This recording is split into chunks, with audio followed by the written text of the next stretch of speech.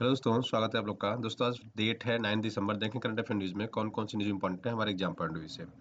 चलिए सेशन को स्टार्ट करते हैं। जिन्होंने अभी तक ऐप डाउनलोड नहीं किया, आपसे रिक्वेस्ट है कि दोस्तों ऐप डाउनलोड कर लीजिए। वहाँ पे बहुत सारी चीज़ें आपको मिल जाएंगे, बहुत सारे फीचर्स नए नए मिल जाएंगे। ठीक है, तो सबसे पहले अगर करंट अफेयर न्यूज़ की बात करें तो आज सबसे पहला इंपॉर्टेंट न्यूज़ है, भारत नॉर्वे व्यापार गोलमेज सम्मेलन हुआ। तो देखो सम्मेलन हुआ वो इंपॉर्टेंट नहीं है, बेसिकली आपके प्रीलिम्स पॉइंट ऑफ व्यू से अगर मैं बात करूँ तो इसमें ये है कि क्या-क्या फैक्टर्स किस कंट्री के साथ हुए वो आपको जानने की ज़रूरत होती है। और मेंस पॉइंट ऑफ व्यू से अगर हम बात करेंगे तो नॉर्वे के साथ हम क्या-क्या संबंध अपना स्थापित कर रहे हैं, क्यों कर रहे हैं और किन सेक्टर्स में कर रहे हैं वो इम्पोर्टेंट हो जाता है। ठीक है? तो ये 8 दिसंबर को बेसिकली ये मीटिंग हुई। जनरली देखो मैंने आपको बताया था कि अगर आपको कुछ भी नहीं पता हो ना कि किसी देश के साथ हमारी क्या मीटिंग हुई, इसमें क्या हुआ, तो 3-4 चीज़ें हमेशा याद रखिएगा। एक तो ये याद रखिएगा सस्टेनेबल डेवलपमेंट की बात करेंगे हम किसी भी कंट्री के साथ, ठीक है? दूसरा इकोनॉमिक्स बूस्ट करने की बात करेंगे। तीसरा एनवायरनमेंट की बात करेंगे, ठीक है? तो चौथा बात करेंगे लिवलीहुड, मतलब लोगों का जीवन स्तर कैसे सुधारा जा सके, देश को कैसे आगे बढ़ाया जा सके।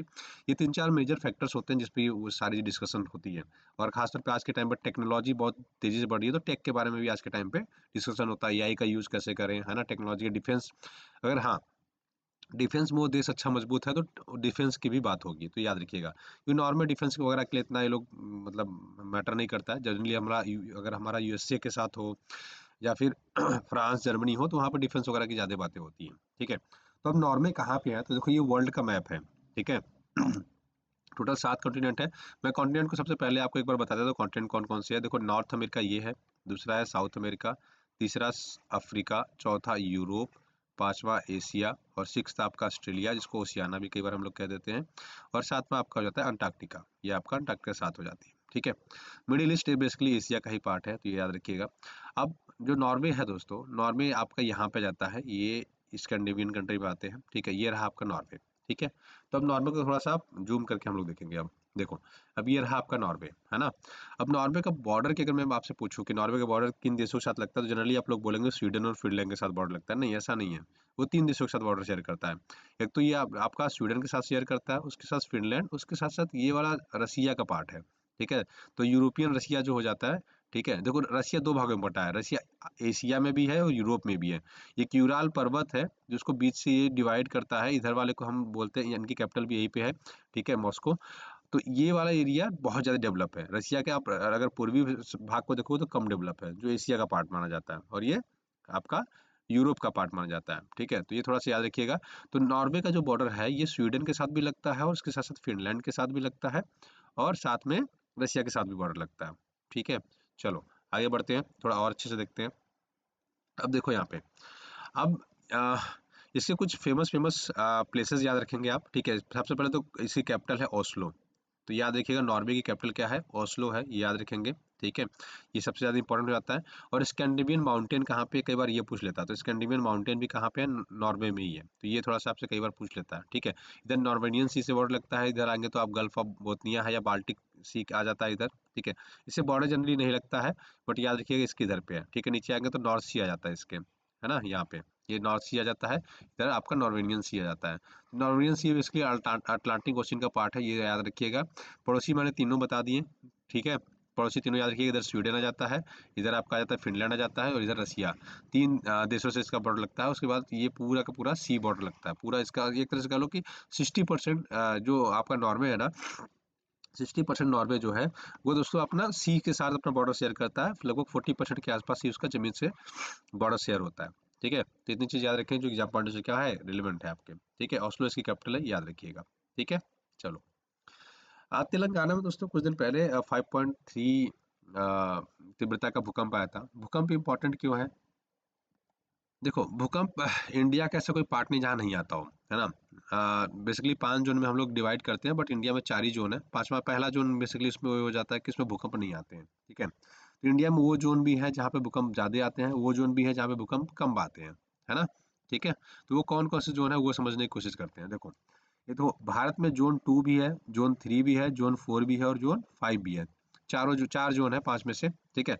और लगभग आप कह सकते हो कि भारत का जो 60% मतलब 59% है, जो बेसिकली भूकंप के लिए संवेदनशील है। मतलब यहाँ पे भूकंप के झटके आए तो बहुत ज़्यादा आएँगे, ठीक है?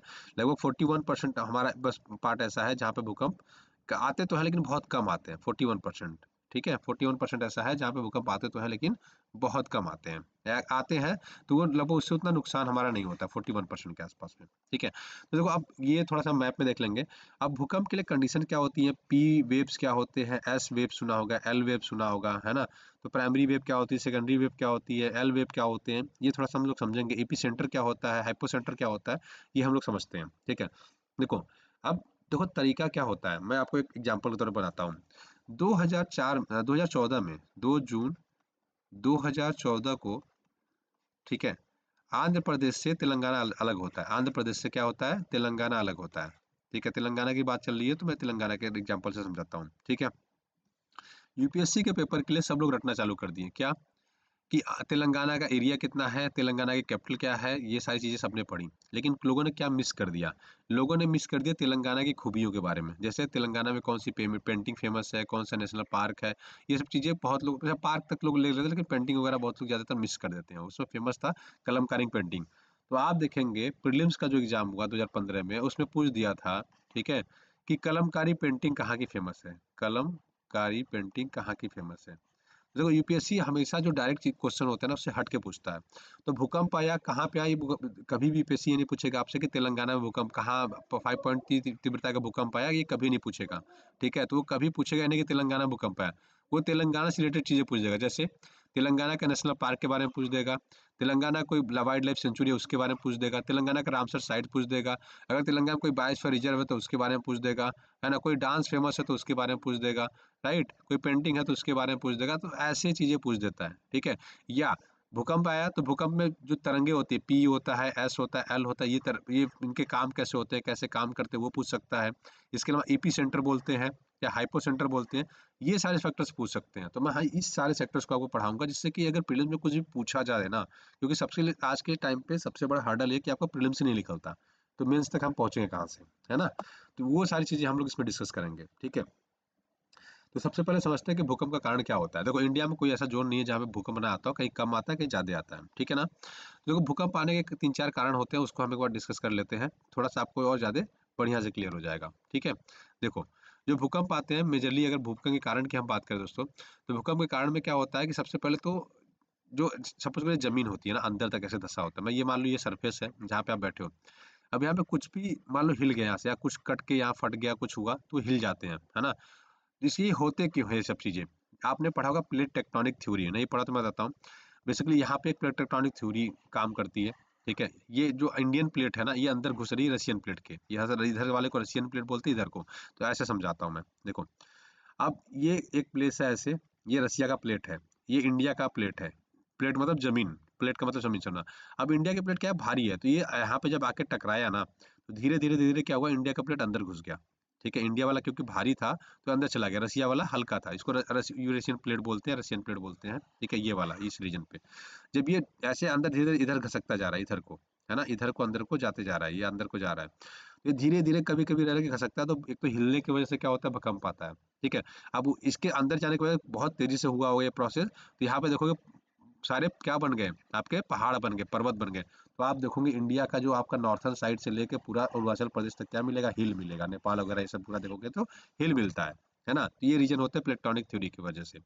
दूसरा ये होता है कि जैसे ज्वालामुखी आपने देखा होगा, तो ज्वालामुखी में क्या होता है, इरप्शन आप ऊपर देखते हो, है ना, ज्वालामुखी ऊपर से फटता है तो आप देखते हो, लेकिन वो जमीन के अंदर मैग्मा होता है, वो बहुत तेजी से ऊपर आते हुए ठंडा होता है, तब जाके वो जमने लगता है। देखते हो आप कई बार, कई वीडियो में भी देखते होंगे, बहुत तेजी से लावा एक तरह से पिघला हुआ मूव करता हुआ देखा होगा आपने कई बार, तो बहुत तेजी से निकलता है। तो जब ये अंदर फटता है ना, क्या होता है, अंदर से जमीन हिल जाती है, तो उसकी वजह से भी क्या होता है, भूकंप आ जाते हैं, है ना।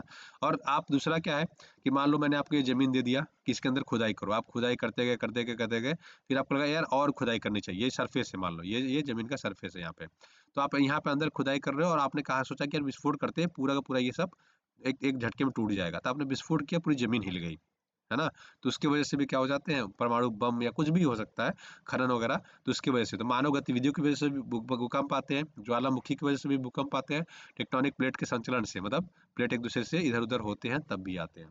ठीक है, तो ये थोड़ा सा बेसिकली याद रखिएगा। और कई बार होता है कि देखो बहुत सारी चीजें अंदर जमीन के अंदर दबी पड़ी हैं, गैस, विभिन्न प्रकार के गैस बन रहे हैं, अचानक से विस्फोट हो जाता है, तो वो भी एक कारण हो जाता है। ठीक है, अब तो ये हो गया कि भूकंप आते क्यों हैं ये हमने समझ लिया। अब ये समझते हैं कि एपी सेंटर क्या होता है और हाइपो सेंटर क्या होता है। मैं हटा देता हूँ, थोड़ा सा आपको क्लीन लगेगा ना, तो आपको समझ में आएगा अच्छे से। ठीक है, देखो, दो फैक्टर्स आपको याद रखने हैं। दो फैक्टर कौन कौन से हैं? एक तो ईपी सेंटर, एक हाइपो सेंटर। ठीक है, ईपी हाइपो सेंटर सबसे पहले समझते हैं। हाइपो सेंटर मतलब अवकेंद्र बोलते हैं। मान लेते हैं ये हमारी पृथ्वी का एक भाग है ना, यहाँ पे देखो आप, है ना। मान लेते हैं यहाँ पे क्या हुआ, भूकंप उद्भव हुआ, मतलब यहाँ पे कुछ विस्फोट हुआ। तो जहाँ विस्फोट हुआ समझ लो, उसको बोलते हैं हम लोग क्या, हाइपो सेंटर। ठीक है, जहाँ अवकेंद्र बोलते हैं, जहाँ पे वो आया, जहाँ से वो शुरुआत हो, उसको बोलते हैं अवकेंद्र। मैं कलर चेंज करता हूँ थोड़ा सा, आपको और अच्छे से समझ में आ जाएगा। ठीक है, चलो अल्लाह हाइलाइटर ले लेते हैं।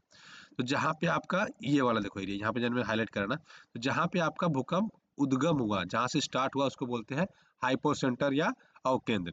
अब सबसे पहले देखो, ये पृथ्वी का सरफेस है, ये वाला जो मैं पीले से बना रहा हूँ ना, यहाँ पे देखो ये सरफेस है। तो ये कहीं से भी, इधर से भी जा सकता था, देख सकते हैं हम लोग, देखो, ये इधर से भी जा सकता है, इधर से भी जा सकता है, इधर से भी जा सकता है। तो पृथ्वी के सरफेस पे जो, जहाँ पे भूकंप की तरंगे सबसे पहले पहुंचती हैं, सबसे पहले पहुंचती है सरफेस पे, बात करो जमीन पे, उसको बोलते हैं ईपी सेंटर। उसको क्या बोलते हैं, ईपी सेंटर, या इसी को बोलते हैं अधिकेंद्र। अधिकेंद्र का मतलब है जहाँ पे पृथ्वी की सतह पे सबसे नजदीकी, या हो सकता है यहाँ पे पहुंचे, हो सकता है यहाँ पहुंचे, यहाँ पहुंचे, यहाँ पहुंचे, यहाँ पहुंचे, कहीं पे भी सबसे पहले जहाँ पे पहुंचेगा, तो जहाँ सबसे पहले वो पहुंचेगा उसको बोलते हैं ईपी सेंटर। तो आपको ईपी सेंटर पता हो गया, हाइपो सेंटर पता हो गया, अब क्लियर हो गया है। ठीक है, अब कंफ्यूजन नहीं होना चाहिए। ईपी मतलब अधिक अधिक अधिक केंद्र। ठीक है, ईपी सेंटर का मतलब हो गया जहाँ पे सबसे पहले सरफेस पे पहुंचता है। अवकेंद्र मतलब कहाँ पे आया, कहाँ पे आया मतलब सेंटर कहाँ था उसका, जहाँ से उद्भव हुआ उसका। ठीक है, ये बेसिक चीजें याद रखेंगे। अब देखो, पी वेव, एस वेव और एल वेव थोड़ा सा समझ लेते हैं ना, ये भी थोड़ा सा बेसिक बेसिक फैक्टर आपको समझ में आना चाहिए। वैसे इमेज है, लेकिन आपको हो सकता है समझने में दिक्कत होगी, तो मैं आपको एक एग्जांपल के तौर पे लेके समझाता हूँ। तो पी वेव्स जो होती है ना, पैरेलल चलती है, मतलब सीधे चलती हैं। ठीक है, और जो एस वेव होती हैं वो थोड़ा ऊपर नीचे, मतलब ऊर्ध्वाधर कर चल के होके चलती हैं। ठीक है, और जो एल तरंगे चलती है वो ऐसे भी चलती हैं और ऐसे भी चलती है, दोनों तरीके से मूव करती है। इस वजह से जो एस वेव, एल वेव होता है, उसमें डिस्ट्रक्शन सबसे ज्यादा होता है। सबसे पहले तो मैं लिख देता हूँ, पी वेव, एस वेव और एल वेव। देखो, पी वेव होता है ना, वो सॉलिड, लिक्विड और गैस तीनों में ट्रेवल करती है, और एस वेव क्या करता है, बस सॉलिड में ट्रेवल करता है।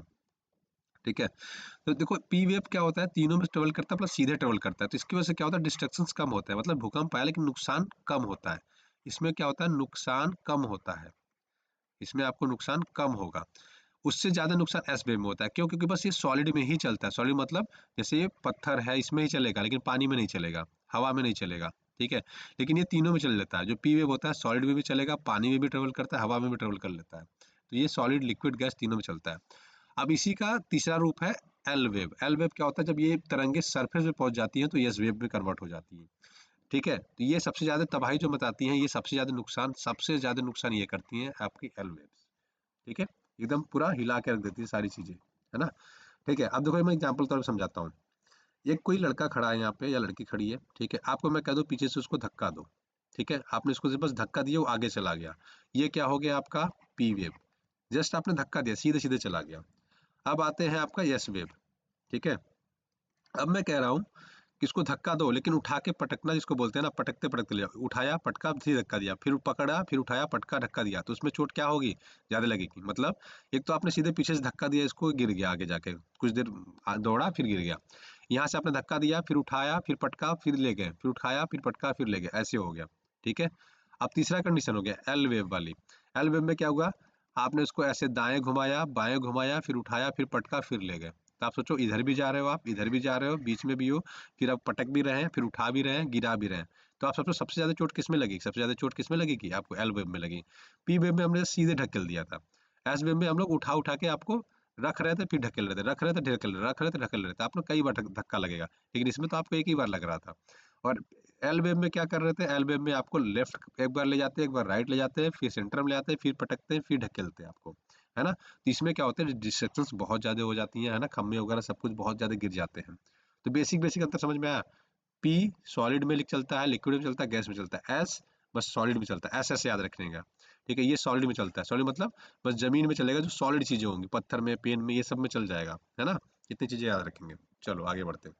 गूगल सेफ्टी इंजीनियरिंग सेंटर दोस्तों, ये 5वां भारत में खुल रहा है ना, वर्ल्ड लेवल पे, तो थोड़ा सा इंपॉर्टेंट हो जाता है। ये जो स्टेट लेवल के एग्जाम है उसमें पूछे जाने के चांसेस थोड़ा ज़्यादा हो जाता है। कहाँ खुला है? हैदराबाद में। तो याद रखिएगा हैदराबाद कहाँ पे है? तेलंगाना में। ये भी थोड़ा सा याद रखेंगे, जो एग्जाम पॉइंट से इंपॉर्टेंट है। कौन खोल रहा है? गूगल खोल रहा है, तो इतनी चीज़ याद रखेंगे। अब देखो तेलंगाना की इतनी चर्चा हो ही गई है, तो तेलंगाना के बारे में थोड़ा सा देख लेते हैं हम लोग।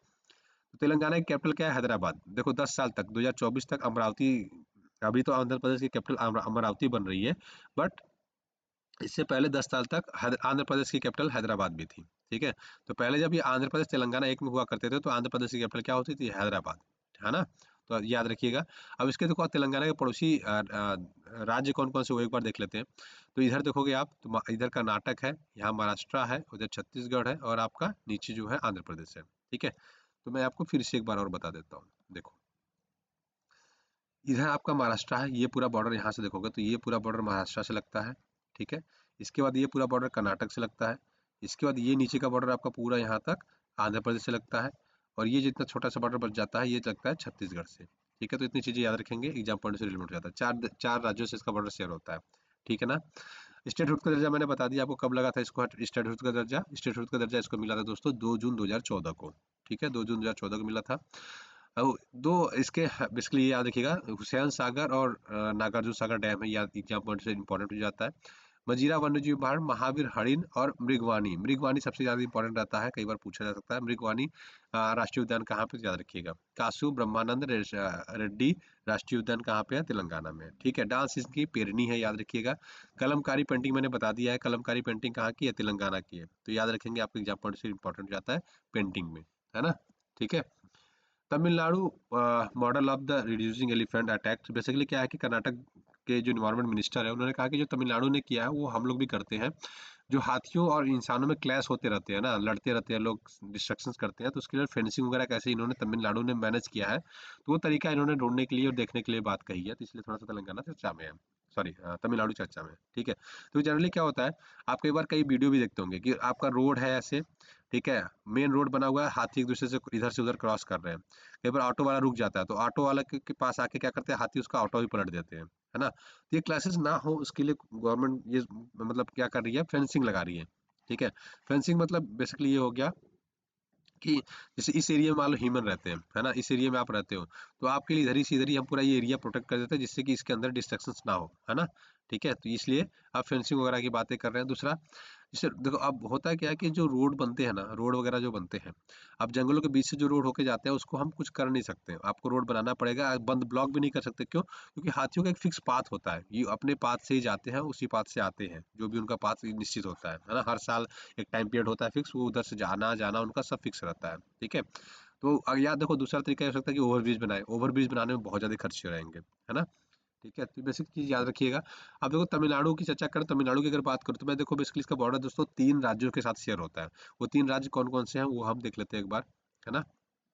देखो तमिलनाडु का आप देखोगे सबसे पहला जो बॉर्डर शेयर करता है वो करता है केरला के साथ, है ना?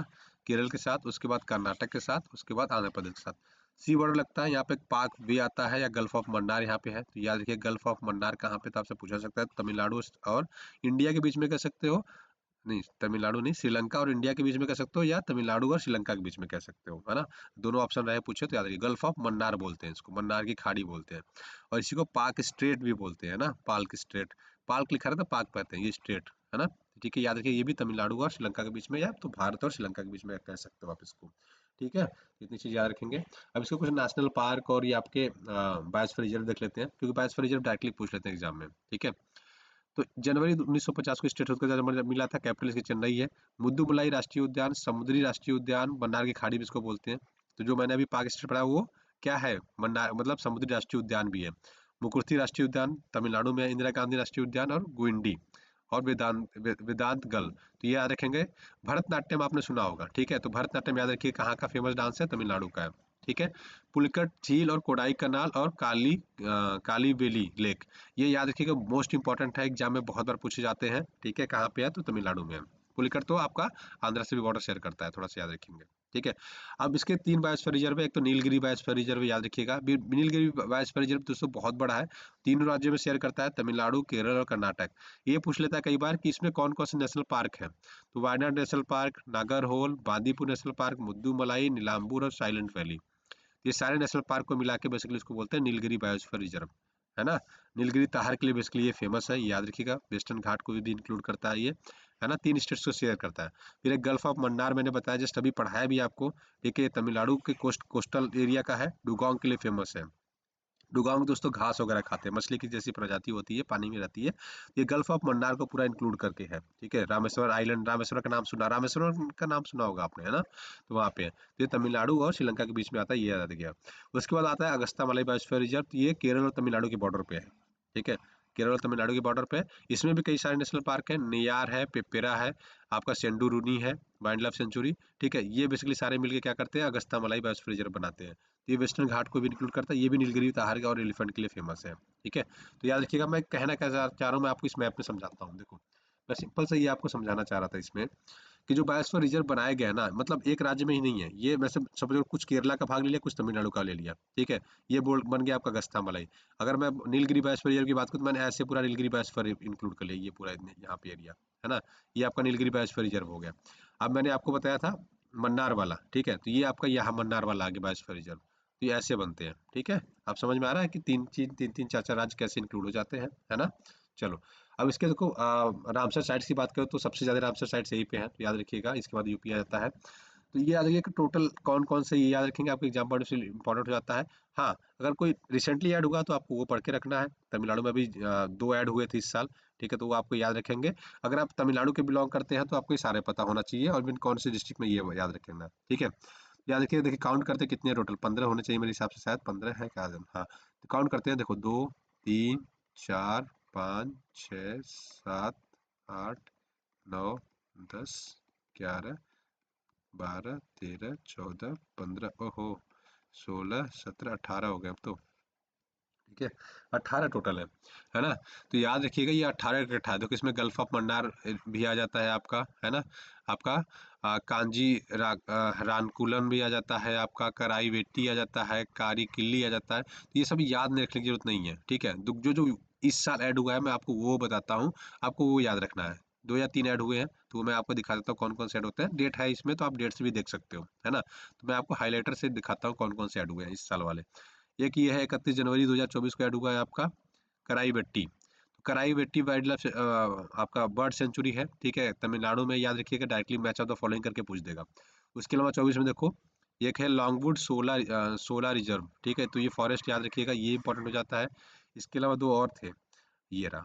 ठीक है, 16 जनवरी को हुआ आपका, ये आपका नंजा रायन करके है, ये याद रखेंगे आप। ठीक है, नाज नरा नारायण, ठीक है, ये नाज जारायन बोलते हैं इसको। ठीक है, तो याद रखेंगे। उसके अलावा आपको देखोगे तो काजू वैली बर्ड सेंचुरी है, ये याद रखेंगे, आपके एग्जाम पॉइंट से रिलेवेंट हो जाता है। तो टोटल ये चारों आपको याद रखने हैं। ठीक है, और बाकी तो कोई नहीं है, बाकी सब 2022 में जनरली ज़्यादा बड़े थे, 10 के आसपास आता मुझे लग रहा है, 2022 में बड़े थे। ठीक है, तो आप ये याद रखेंगे। ठीक है, कौन कौन से याद रखिएगा एक बार। कराई वेट्टी बर्ड सेंचुरी है आपका, लॉन्गवुड 16 रिजर्व फॉरेस्ट है, याद रखेंगे। नंजा रायन बर्ड सेंचुरी याद रखेंगे। ठीक है, उसके बाद आपका काजू वैली बर्ड सेंचुरी। तो ये चारों याद रखने हैं आपको, कहाँ पे है, तमिलनाडु पे। ये आपसे डायरेक्ट एग्जाम में पूछा जा सकता है। ठीक है, अब देखो सीरिया में अभी क्या है कि बहुत चर्चा में है। रीजन ये है कि इनके प्रेसिडेंट देश छोड़ के भाग गया रसिया। इनकी फैमिली तो पहले ही चली गई थी, ये अभी रिसेंटली चले गए हैं, है ना। तो ये अब एग्जाम पॉइंट से रिलेवेंट हो जाता है। सीरिया की अगर मैं बात करूँ तो सीरिया की कैपिटल देखो डेमस्कस है, इसकी कैपिटल याद रखिएगा। इसकी एक फेमस सिटी भी है, याद रखिए, अलेपो, है ना, बहुत ज़्यादा फेमस है। अगर इसके बॉर्डर्स की बात करें तो इधर ऊपर टर्की से बॉर्डर लगता है, इधर ईरान इराक से बॉर्डर लगता है, नीचे आ जाएंगे तो आपका जॉर्डन से बॉर्डर लगता है, उसके बाद इजराइल से बॉर्डर लगता है, और लेबनान से बॉर्डर लगता है। ठीक है, समुद्री पानी में बात करें तो साइप्रस से भी बॉर्डर लगता है। ठीक है, ये बेसिक चीज़ याद रखेंगे। अब देखो सीरिया है कहाँ पे, ये देख लेते हैं। ठीक है, इनके प्रेसिडेंट है बशर अल असद, ये रहे। ठीक है, ये देश छोड़ के दोस्तों कल भाग गए, है ना, रसिया चले गए हैं। रसिया में इन्होंने पनाह लिया यहाँ पे। ठीक है, इनकी फैमिली पहले रसिया चली गई थी। अब देखो यह हुआ क्यों, देखो बहुत सारे यहाँ पे ग्रुप्स वगैरह हैं। अब उसमें हम लोग नहीं जाते हैं। देखो रीजन ये है, ये इंडिया का मैप गलत है, ये रहेगा। ठीक है, ये रीजन ये है, रीजन दोस्तों ये है कि बेसिकली ये प्रो रसिया है। ठीक है, ये क्या है, प्रो रसिया है। रसिया का मतलब रसिया के फेवर में जाते रहते थे, हमेशा रसिया के फेवर में रहते थे। तो यूएसए का बेसिकली ये कह सकते हैं मूव है। यूएसए ने क्या किया, जितने भी सीरिया में बेसिकली समुदाय थे ना, ये सबको इन्होंने भड़काया है, प्लस सपोर्ट दिए हैं। ठीक है, इधर से इजराइल ने भी हमला कर दिया, तो लास्ट में इनको आके छोड़ के भागना ही पड़ गया। ठीक है। तो 90 के आसपास भारतीय थे, जिसमें से लगभग 70-75 थे, तो एम्बेसी पे उन्होंने कांटेक्ट करके सारे सेफ हैं, है ना। जितने भारतीय थे, गवर्नमेंट ने 2 दिन पहले भी एडवाइजरी जारी कर दिया था कि जितने लोग सीरिया में हैं कृपया वहां से निकल जाइए, है ना। ठीक है, तो याद रखिएगा। अब सीरिया को थोड़ा सा मैप में डिटेल में देख लेते हैं। अब बेसिक बेसिक मैंने आपको चीजें समझा दी हैं, है ना। डेमस्कस इसकी कैपिटल है, याद रखिएगा। अलेप्पो इसकी मेजर फेमस प्लेस है, ठीक है, ये याद रखेंगे आपको। ठीक है। और इसका यूफ्रेट्स इस रिवर फेमस है, थोड़ा सा याद रखेंगे। पूरा ये यहाँ से आता है पूरा, है ना। ठीक है। लेक अल असद भी है, तो ये भी वैसे पूछा जा सकता है, कोई ठीक नहीं है ना। देखो टर्की से इसका बॉर्डर लगता है, ईरान रसिया टर्की से बॉर्डर लगता है, उसके बाद इराक से बॉर्डर लगता है, इसके बाद नीचे देखो जॉर्डन से बॉर्डर लगता है, फिर इजराइल से भी बॉर्डर लगता है, ये इजराइल से थोड़ा सा बॉर्डर लगता है गोलन हाइट्स वाला, और लेबनान से बॉर्डर लगता है, इधर साइप्रस आ जाता है ना। ठीक है, इस वाले मैप में आपको और ज़्यादा क्लियर दिख रहा होगा। अब देखो सीरिया के साथ ऐसा क्यों हुआ, क्योंकि सीरिया जो है देखो ईरान और रसिया इन दोनों को ज़्यादा पसंद करता है। ठीक है। और तीसरा रीजन ये है कि बेसिकली क्या है, देखो मैं रीजन समझाता हूँ क्या क्या है। देखो पहला रीजन ये हो गया कि ईरान और सीरिया के साथ इनकी ईरान और रसिया के साथ इनकी ज़्यादा बनती है, तो यूएसए और इजराइल के साथ ऑटोमेटिक नहीं बनेगी इनकी, है ना, नहीं बनती है। और दूसरा रीजन ये था कि ये लोग ईरान से हथियार ना ऐसे लाते थे, जैसे ईरान से हथियार आता था इराक होते हुए सीरिया में, सीरिया से फिर लेबनान जाता था, लेबनान से इजराइल पे हमले होते थे। तो इजराइल को एक चीज़ और बुरी लगती थी कि यार ये सीरिया क्या करता है, बार बार ईरान से लेके आता है पैसे हथियार सीरिया में, सीरिया से फिर लेबनान पहुंचा देता है, जो लेबनान में सारे ग्रुप्स है, टेरर ग्रुप्स है, वो लोग हमला करते हैं इजराइल पे। ये भी आपका इजराइल भी परेशान था, तो इजराइल एक बड़ा रीजन ये हो जाता है। ठीक है। तीसरा ये था कि जियो पॉलिटिकली आप देखोगे तो सीरिया पे कंट्रोल चल रहा था, किसका कंट्रोल चल रहा था, रसिया का और ईरान का। ठीक है। तो यूएसए नहीं चाहता था कि क्या हो, इस पे ऐसा रहे, तो तख्ता पलट कर दिया। अभी मैप इनका अलग हो जाएगा, हो सकता है कि ये अलग से, ये कुर्गिस्तान बेसिकली ये लोग बनाना चाहते थे इसको, तो हो सकता है ये अलग से कट के एक दो स्टेट्स में बढ़ जाए। ठीक है। तो आगे चल के जो जैसा जैसा रहेगा हम लोग उसको डिस्कस करेंगे, है ना। ठीक है। ऐप डाउनलोड नहीं किया दोस्तों तो अब तक डाउनलोड कर लीजिए। आशा करता हूँ वीडियो पसंद आया होगा। ठीक है। आज मैंने थोड़ा आराम से पढ़ाया है ना। तो वीडियो अच्छा लगा हो दोस्तों के साथ लाइक से सब्सक्राइब करना ना भूलिएगा। वीडियो देखने के लिए बहुत बहुत धन्यवाद। आपका दिन शुभ हो। Thank you so much. Have a great day.